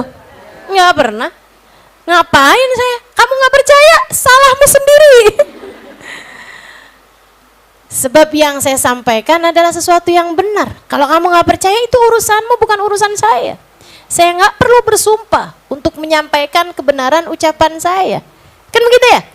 Sehingga sekalian yang saya muliakan, dia ngomongnya udah macam-macam dah bahasanya. Nabi Isa bilang, oh iya kali ya. Ya udah deh. Ini roti satu buat saya, satu buat kamu. Yuk kita makan. Makan deh. Tapi Nabi Isa benar-benar penasaran met roti. Nabi Isa pun kemudian ngelewatin sungai. Kanan kiri nggak ada jembatan, kanan kiri nggak ada kapal atau apa tuh namanya, perahu untuk menyampaikan ke seberang. Sementara Nabi Isa tuh mau ke sana. Dia bilang gitu kan, kenapa Nabi Isa? Saya tuh mau ke sana, kata Nabi Isa. Oh, tapi nggak ada apa-apa nih. Gimana nih ya caranya? Waduh, nggak ngerti saya Nabi Isa gimana ya.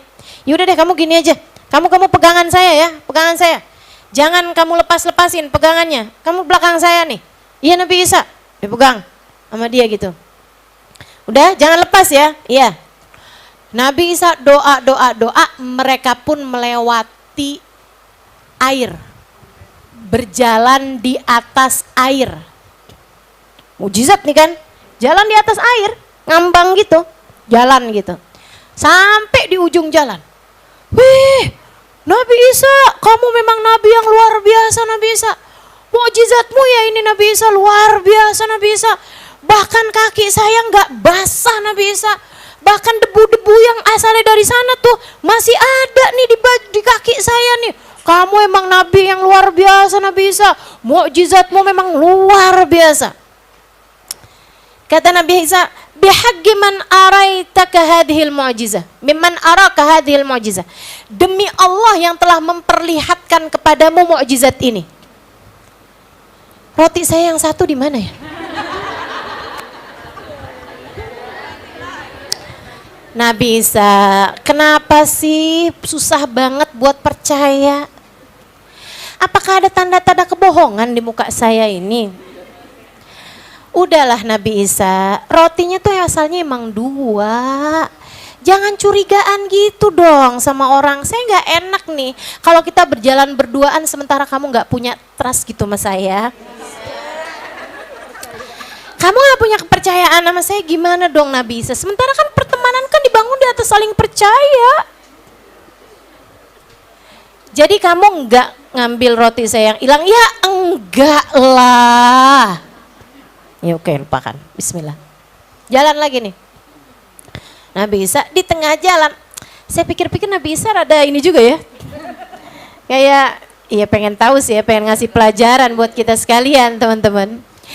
Jadi Nabi Isa nih terus di jalan, maksud saya tuh kayak iseng juga gitu Nabi Isa gitu ya. Nabi Isa ngelihat ada ayam tapi udah tinggal tulang-tulangnya doang. Nabi Isa kumpulin tulang belulang ayam, mungkin habis dimakan serigala atau apa gitu. Nabi Isa kemudian letakkan tangannya, Nabi Isa minta, ya Allah hidupkanlah ia kembali. Enggak lama tulang belulang itu saling nyatu, kemudian ada dagingnya, kemudian ada binatangnya, semuanya tuh lengkap sampai kemudian bulu-bulunya sampai kemudian hidup lagi, petok jalan. Orang yang lihat ini, wih Nabi Isa luar biasa kamu Nabi Isa. Ternyata benar Nabi Isa menghidupkan yang mati, luar biasa Nabi Isa. Kau memang Nabi yang luar biasa, teruji kebenaranmu wahai Nabi Isa. Bihaqqi man arak hadhil mu'jizah. Demi Allah yang telah memperlihatkan kepadamu mukjizat ini. Kamu tahu roti saya yang satu?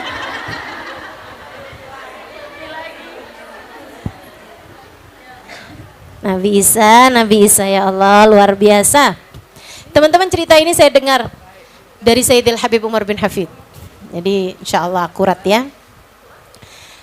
Habis selesai, dia pun kembali lagi mengelak. Dia bilang, Nabi Isa, saya harus berbicara dengan bahasa seperti apa lagi untuk meyakinkanmu ini.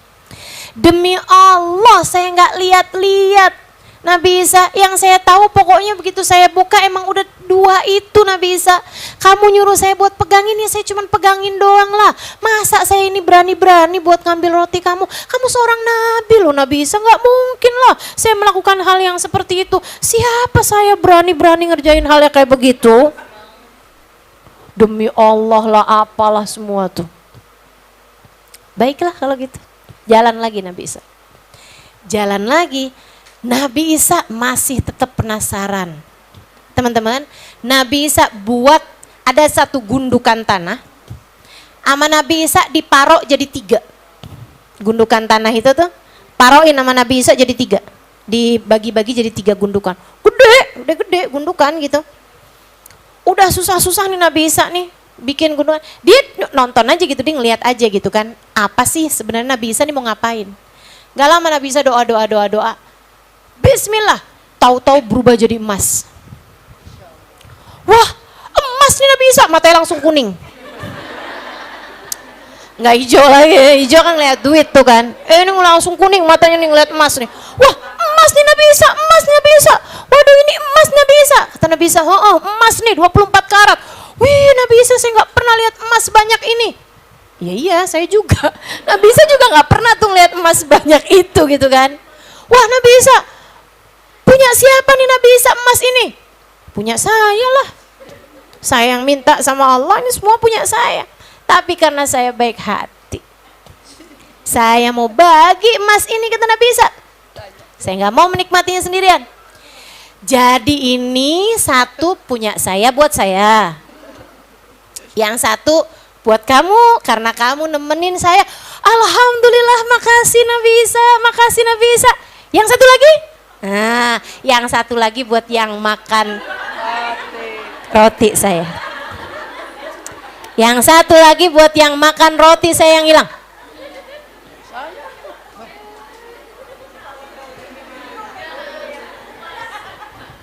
Bukankah setiap penyesalan akan menemukan jalan perbaikan? Bukankah setiap dosa akan ada taubatnya? Pokoknya bahasanya gitu tuh. Saya pokoknya curiga dah kalau ada orang ngomong mulai begitu-begitu tuh udah, ya Allah, ya Allah. Teman-teman sekalian saya muliakan, dia bilang tuh kayak begitu tuh. Wahai Nabi Isa, bukankah Allah pun berkehendak untuk menerima taubat hamba-hambanya? Saya berharap engkau pun demikian, wahai Nabi Isa. Dengan penuh penyesalan hati. Beneran itu, acting beneran, sampai segala air mata, nangis kalau perlu. Wahai Nabi Isa, sayalah yang memakan rotimu yang satu lagi. Oh, jadi kamu. Ya udahlah kalau gitulah, ambillah 3-3-nya tuh buat kamu tuh. Beneran Nabi Isa? Ya, tapi kamu nggak boleh nemenin saya lagi. Nabi Isa, hati-hati ya.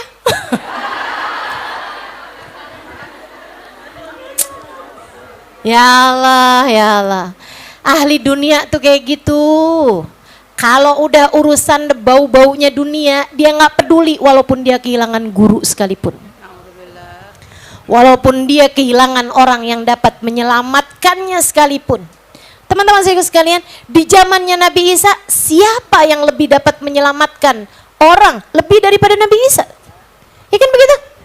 Sama halnya dengan di zaman kita sekarang ini teman-teman. Yang kiranya dapat memberitahu kepada kita jalan yang lurus yang harus kita tempuh, siapa kira-kira?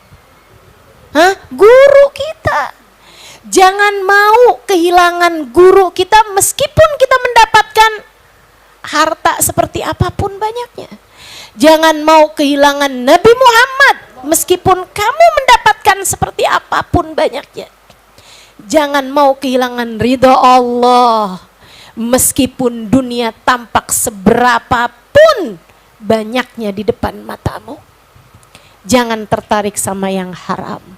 Jangan tertarik sama yang haram, sebab yang haram membawamu ke neraka. Sementara yang tadi telah saya sebutkan akan membawamu menuju surga. Nabi Isa pun jalan sendirian. Dia sendirian nih, bingung sekarang mau bawa repot, Tiga itu ya. Mau dia bawa sebisa yang dia bawa gitu. Ntar yang lain dicuri orang. Enggak mau saya. Lagi tengah-tengahan dia mikir kayak begitu, datang 2 orang preman. Dunia itu yang haram hanya akan narik pemilik-pemiliknya, teman-teman. Yang haram tuh pasti akan kelompokan di situ juga emang yang haram-haram, teman-teman. Udah tenang aja, orang soleh nggak bakalan ngumpul di area-area yang haram-haram kayak begituan. Nggak usah. Kamu kalau mau nyari orang soleh, nyarinya nggak di situ-situ, nyarinya di tempat majelis ilmu, nyarinya di tempat masjid-masjid, tempat ibadah-ibadah, apa bisa ketemu orang-orang soleh.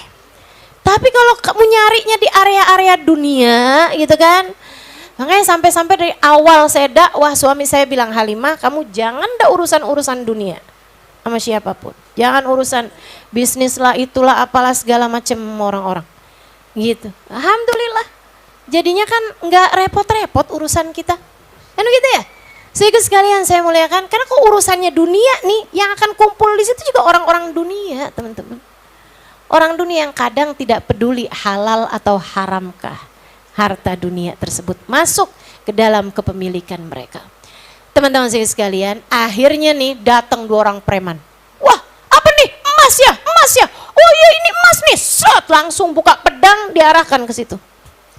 Ke temannya Nabi Isa tadi ini loh. Emas kan ini? Jangan gitu bro. Friend, tenang friend. Bro kita diskusi lah. Saya juga lagi bingung nih. Saya punya segini banyak emas nih, saya bingung bawanya nih. Kok bisa nih kamu dapat emas ini dari mana? Saya kan temenannya sama Nabi Isa. Nabi Isa nih, mukjizatnya Nabi Isa nih. Percaya mereka sama yang hal begituan teman-teman.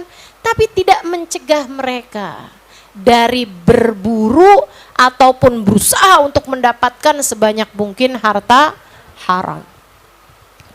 Dia bilang, kamu saya bunuh, jangan gitu. Ini kan 3 nih, kita juga 3 nih kan. Ya udah aja deh, kita bagi sama rata nih. Nabi Isa sendiri loh ini yang bagi, ini sama rata. Udah tenang aja. Kita sekarang mesti mikirin nih gimana cara kita ngebawanya nih ke tempat kita. Oh iya, ya udah deh.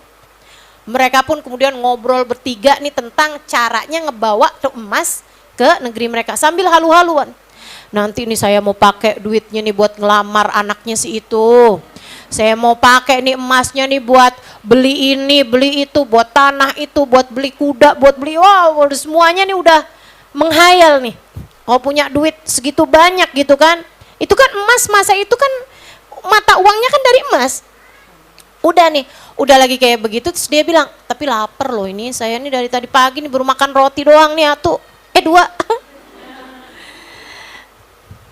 Oh iya juga ya, ya udah deh kalau gitu, kamu deh beli roti gitu kan, kalau beli makanan deh gitu kan, nasi padang di kampung gitu tuh enak tuh, yang sebelah ujung sana tuh, ya udah deh gitu.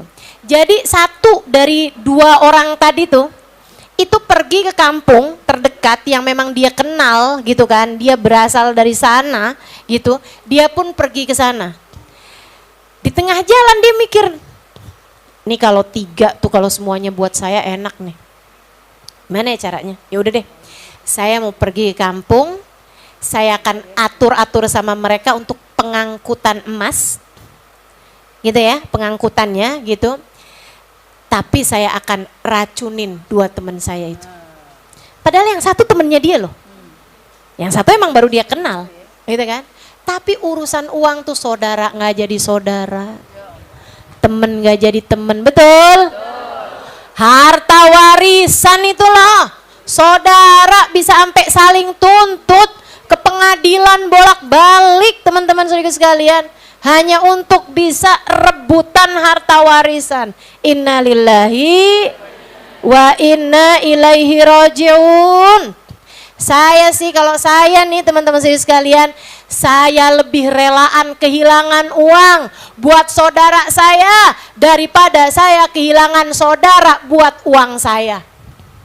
Mendingan saya kehilangan duit saya buat dapetin saudara saya daripada saya kehilangan saudara saya buat dapetin uang saya.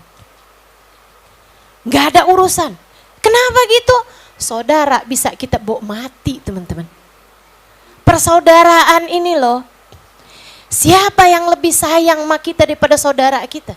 Siapa menurutmu yang lebih tulus mendoakan kalau bukan saudara kita sendiri? Ibu sekalian saya muliakan, saya nggak dibayar, saya doain saudara saya setiap hari. Saya juga yakin saudara-saudara saya akan melakukan hal yang sama terhadap saya.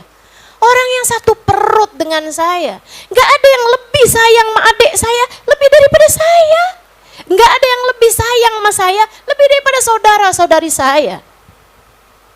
Saya nggak akan mau kehilangan mereka demi hanya untuk mendapatkan uang yang esok atau lusa akan saya tinggalkan ketika saya mati nanti. Nggak ada, jangan sampai kalian tertipu daya dengan hal-hal seperti ini. Jangan, duit bisa dicari, saudara kalau kehilangan kamu mau cari kemana? Ada saudaramu mau merebutkan warisanmu, silahkan. Saya kasihkan dalam keadaan halal untukmu. Udah, yang ngasih rezeki itu cuma satu, namanya Allah. Namanya Allah. Allah tuh kalau ngelihat hatimu tertarik kepada apa yang menjadi milik Allah, tidak tertarik kepada apa hal-hal yang haram, diharamkan oleh Allah SWT, Allah akan gantikan dengan yang lebih baik. Percaya saya. Percayalah padaku teman-teman. Gak usah khawatir itu. Oh Ustazah ngomong kayak gitu karena Ustazah mampu. Nah itu dia. Tuh keraguan-raguan di hatimu itu. Padahal saya udah bolak-balik bilang, Allah kalau lihat kamu tidak tertarik kepada dunia, tidak tertarik kepada yang haram, lebih tertarik kepada urusan persaudaraan yang udah diatur sama Allah. Kamu gak bisa milih siapa saudara-saudarimu, bukan? Itu adalah anugerah hadiah dari Allah SWT untukmu. Sayangi saudara-saudarimu teman-teman. Sayangi kakak-kakak adik-adik kamu. Sayangin. Pemberian dari Allah SWT. Ketika Allah lihat, ini luar biasa nih, tertarik sama saudaranya. Karena aku telah memberikan kepada dia nih saudara-saudaranya. Sampai mau-maunya gitu ngasihin jatahnya. Ketika dia lihat saudaranya lebih memerlukan, Allah akan gantikan teman-teman. Allah akan gantikan dengan yang lebih berkah, dengan yang lebih baik untukmu. Tenang aja, gak usah khawatir. Akhirnya, udah tuh dia pergi nih. Dia pergi, dia makan makanannya dia cari racun, dia taruhin tuh makanan di tempat teman-temannya. Pulanglah dia. Dia gak tahu dua orang ini dari sejak dia masih kelihatan udah bilangin, ini enak nih kalau dibaginya berdua doang ya. Kita berdua aja gitu. Dunia kayak gitu tuh selalu. Rebut-rebutan orang sama dunia. Jangan ikut-ikut teman-teman. Biarin aja orang mau rebutan sama dunia, biarin aja, kita jangan. Kamu jangan, saya jangan. Jangan. Kita mau rebutin aja pahala dari Allah. Kita mau rebutin aja sesuatu yang gak ada tokonya. Keberkahan dari Allah, kesolehan anak-anak kita. Betul gak? Kenikmatan sholat, kenikmatan ibadah, gitu mau minta dari Allah SWT. Kalau sekedar urusan dunia banyak tokonya, banyak yang punya, udah biarin aja. Toh juga akan datang kepada kita sesuatu yang sudah ditentukan oleh Allah SWT. Akhirnya nih, mereka rundingan, sepakatlah mereka bahwa kalau orang tadi ini datang, mereka akan membunuhnya. Mereka akan menusuknya dari belakang sampai mati. Datang nih orang habar her bawa makanannya. Dia bawa makanannya yang sebenarnya sudah dibubuhi racun. Begitu dia duduk, jeder dari belakang salah satu temannya menghunuskan pedangnya, dia pun meninggal dunia. Mereka berdua nih tertawa-tawa teman-teman. Wah bagus deh nih, akhirnya jadi milik kita berdua nih. Sekarang tinggal kita bagi aja nih habis ini nih. Gitu kan? Sambil di hatinya, lo mati juga nih biar jadi milik gue semuanya gitu. Yang satunya juga memikirnya begitu teman-teman. Orang tuh sama dunia gak ada puas-puasnya. Mereka ketawa kebahak-bahak, kemudian mereka pun makan makanan tersebut. Gak lama meninggal dunia ketiga-tiga. Nabi Isa lewat lagi saat sore hari, Nabi Isa lewat lagi di jalanan tersebut. Emasnya masih tiga-tiganya dengan bagian yang diatur oleh Nabi Isa, belum bergerak dari tempatnya. Sementara 3 orang terkapar mati di sekitarnya. dengan darah bersimbah di salah satunya, dan racun bersemburan dari mulut dua orang di antara mereka. Nabi Isa bilang, hakadza fa'alatid dunya bi ashabiha. Demikianlah dunia akan senantiasa memperlakukan para pecinta-pecintanya. Dunianya akan tetap, para pecintanya akan hancur. Akan hancur, dihancurkan oleh dunia. Sementara dunianya mah tetap aja. Sehingga sekalian Nabi Isa berdoa, ya Allah kembalikan ia kembali menjadi tanah. Jadi balik lagi tanah lagi, biar nggak jadi fitnah buat orang-orang. Nabi Isa pulang, jalan. Saudara sekalian saya muliakan, jadilah yang seperti Nabi Isa. Melewati dunia dengan keselamatan. Kan itu ya? Melewati dunia dengan perasaan baik-baik aja gitu. Kamu selagi tetap mendapati ridha Allah, kamu tidak pernah kehilangan apapun. Dan ketika kamu mendapati dunia seperti apapun, kamu kehilangan apa? Ini sekalian, kamu kehilangan segalanya. Kamu tidak mendapati ridha Allah Subhanahu wa taala. Sebaliknya, kamu mendapati segalanya ketika kamu mendapatkan ridha Allah Subhanahu wa taala meskipun dengan kehilangan apapun. Jelas sampai di sini? Mudah-mudahan Allah angkat dari dalam hati kita rasa cinta yang berlebihan terhadap dunia ini. Insya Allah. Rabbana zalamna anfusana wa illam taghfir lana wa tarhamna lanakunanna minal khasirin. Rabbana atina fid dunya hasanah fil akhirati hasanah wa qina adzabannar. Fadli subhana rabbika rabbil izzati amma yasifun. Salamun alal mursalin walhamdulillahi rabbil. Kita bacakan Fatihah untuk sahabat saya tercinta Kak Gina yang hadir hari ini walaupun dalam keadaan sakit. Kita doakan semoga Allah SWT angkat penyakitnya. Semoga Allah SWT ringankan keadaannya. Mudah-mudahan Allah SWT senantiasa mencintai Kak Gina dan kita semuanya insya Allah. Mudah-mudahan Allah SWT selalu membimbing kita dimanapun dan kapanpun saja kita berada. Dan yang sakit-sakit mudah-mudahan Allah SWT sehatkan. Yang sedang sulit-sulit mudah-mudahan Allah mudahkan. Mudah-mudahan Allah bimbing kita untuk menjadi hambanya yang saleha. Juga Fatihah buat Abdillah bin Husain Ali Idrus. Sedang sakit ya? Iya. Kita doakan mudah-mudahan beliau segera sehat kembali insyaallah. Ala hadhihi niyah Ami Abdillah bin Husain Ali Idrus. Juga untuk yang sakit-sakit semuanya kita niatkan Allah Subhanahu wa taala sehatkan. Allah panjangkan umur orang-orang yang tercinta di sisi kita insyaallah. Kita minta kepada Allah Subhanahu wa taala mudah-mudahan Allah selalu membimbing kita untuk menjadi hambanya yang salehah. Al-hadhihi niyah bikuniyatin salihah jami'ah syamilah. Dihalangkan rezeki yang haram dari kita sekalian insyaallah. Al-hadhihi niyah bikuniyah salihah jami'ah syamilah. Hadratin Nabi Muhammad sallallahu alaihi wasallam. Al-Fatihah. Alhamdulillah rabbil alamin arrahmanir rahim maliki yaumiddin. Iyyaka na'budu wa iyyaka nasta'in ihdinas siratal mustaqim. Siratal ladzina an'amta 'alaihim ghairil maghdubi 'alaihim waladdallin amin. Kita tutup majelisnya dengan bacaan doa akhir majelis bersama-sama dan juga boleh sambil diberi jalan. Nanti doa majelisnya dipimpin oleh ustazah yang lain. Ya.